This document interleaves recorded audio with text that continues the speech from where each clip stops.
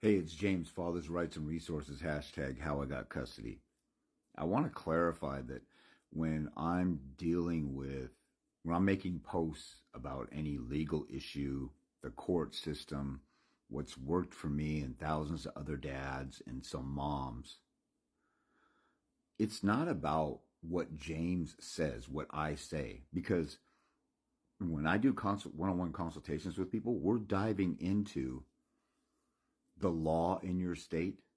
I've had a few consultations lately where right on the spot, I got lucky and I did a case law search on an issue somebody's dealing with, and we found a great leading case in the first search. If you're not finding any case law on issues that you're fighting for, your rights, division of property, the legal elements, the multiple elements of contempt or whatever, if you have an attorney, your attorney's not citing case law, you're not fighting on your case. But when I'm looking up stuff or when I'm talking about different things, I'm pointing to what the law already says. People got to get this. This isn't, when I say this is what the law says, it's not James saying what the law says. It's what the law says. I'm just pointing it out to you because your attorney's not, nobody in the courthouse is referring to it, and you're in a court of law fighting in family law for your lawful rights. And if you have an attorney, you have an attorney at law, and nobody's talking about the law. And then I point out things like statistical and scientific data. And, 4 years ago, we went through COVID and we shut down the whole world. Why? Because we're told to believe the science and look out for our fellow man or woman, and we're supposed to believe what the science tells us, and we're supposed to be conscious and care about the result of not listening to the science. How come we don't do that for the welfare of children? This isn't about me and my truth. This is about me pointing out over here, look at the facts, look at the science, look at this case law, look at what the law says. So I'm telling you what the court system says itself, because the lawyers are the ones who create case law, and the judges are, and the lower judges that you're going to are not following it. So this isn't about me and James's truth. This is about the truth and the facts. It's just that nobody else is telling you that. That's why when I say I can't believe people don't listen to me, or they totally disregard me, or they crap on what I'm saying because they don't like my tone or what I'm saying. I'm sitting here telling people the truth. I'm telling you that. Now, sometimes it comes with the truth that the biggest challenge that we have is for guys to actually grow balls and go in court and say stuff like what the law says. Imagine how stupid that is. Just think about how stupid that is. You're in a court of law and you're afraid to bring up the law, and so is your attorney, because you'll piss off the judge who's got a law degree and practice law and now is a judge who is supposed to apply the law. You see how insane this is? And I got people who hate me for saying stuff like this. You got to be an idiot to, if you're in a baseball game and you're a baseball manager and somebody and the ump calls a strike, you don't go out and yell at the umpire about football rules. You don't tell the umpire that's not nice, or you're not afraid to talk to the umpire about a bad call because you're worried about the umpire's feelings. The rules are the rules, and they're being enforced. If you can enforce the rules or complain about the rules in a basketball game, just go to a gym where you see people playing basketball. You will always see an argument or two or many more throughout the basketball game. That was a foul. No, that wasn't a foul. You traveled. You didn't do that. People are arguing the rules. We do that. If somebody cuts you off in traffic, you yell at them. Why? Because you know the rules of the road. And here you are in court. And your life with your children or child, or your property and your freedom with the restraining order is on the line, and you won't cite the rules or the law because you're worried about hurting somebody's feelings. This is freaking insane. I've had countless dumbasses reach out to me about this 28th Amendment thing, where they're going to go and protest at Washington, D.C. and talk about a 28th Amendment where they're going to pass something that says 50-50 for kids, unless it's not in the best interest of children. I got an email from somebody, and then I replied to that email and said, you guys are wasting your time. This is dumb. You guys want to pass a law that says assumed 50-50 custody,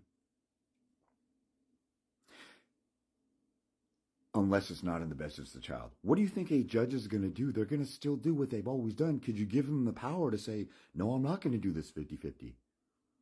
I told these guys, you should pass a law that says it's 50-50 unless there's a criminal conviction of domestic violence or child abuse. And a guy who wrote back to me, some guy wrote back to me and said he didn't like my tone. Again, pussy, sissy, coward, bitch made bullshit. It's enraging. You know, I got 23 years of watching pussy cowards make excuses why they can't fight for their kids. And then you guys get mad if I say something about them doing that. While I'm telling you the truth and giving you answers, if you just sift through what your butt-hurt feelings and thin skin can't handle, if you just sift through that, you're getting answers on how to fight for your kids. You're getting truth you're not getting anywhere. And it's not me. I'm pointing out the truth. There's, you know, if there's a sign that says, you know, don't take this off ramp because they haven't finished building it, and you go past the sign and you drive off to your death, are you going to drive by and say, well, that's a really harsh sign. It's telling you not to take it. That's kind of offensive. I'm telling people all the time, you're going to go off the cliff in your case if you keep going down this path. And they don't listen to me. They disregard me.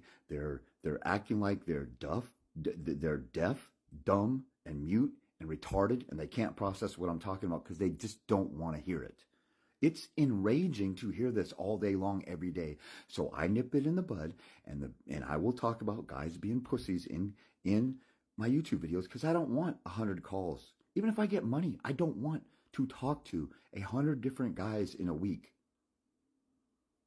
Now, I never get that busy, but I don't want to talk to 100 different guys in a week who just want to whine, cry, and piss and moan.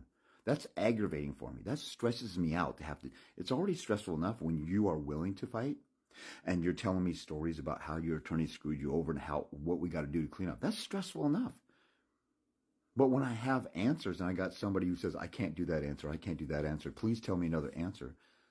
That's aggravating as hell to listen to a pussy, sissy, coward beta who doesn't want to fight and pick up their weapons when it's in your power. That's the other thing. You have it in your power to fight the system and win. And everybody's whining and crying about how come the system is the way that it is, while at the same time, none of them will individually fight except for a rare few. And so the guys who were talking about the stupid-ass 28th Amendment march, which sounds like every other march that we've ever had for the past 60 years. And I say, this isn't going to work. I warned people before. The guy who created the divorce court documentary, best documentary ever on the family court system, I wrote him because he said, we're going to go to Washington, D.C., and we're going to talk about family law reform. We're going to talk about this to these politicians. I said, dude, you're wasting your time. We need to fix the judges' abuse of their discretion and their power. The laws aren't going to, we already have good laws. They ignore them right now. He goes, oh, well, we're going to try this and see if we can do it. That guy fell off the face of the earth in a year. And here I am. I'm still here. This is insane. Not the few corrupt people. There's always going to be corrupt, evil people in charge. But it's insane all the people who sit by and watch it and whine, cry, piss and moan and complain and won't do anything about it. Not even in their own case. And the reason why I don't give anybody excuse or a pass is because when I was in my own custody battle, I had no idea what I was doing. All I knew to do was to fight, and look for answers and look for answers.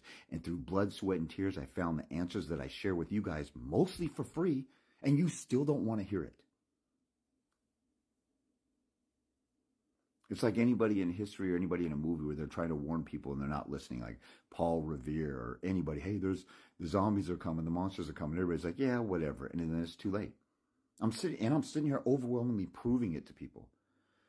The guy who wrote back to me, he said, I never even heard about that criminal idea. That's a good idea. You stupid dumbass, you should have thought of that before, you effing stupid ass retard.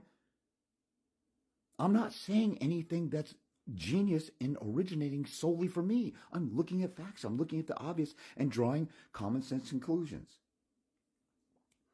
So when I'm sick and tired of people not listening to me, I'm sick and tired of people not looking at the truth. If you want some truth and reality, get a consult with me and learn how to fight the right way.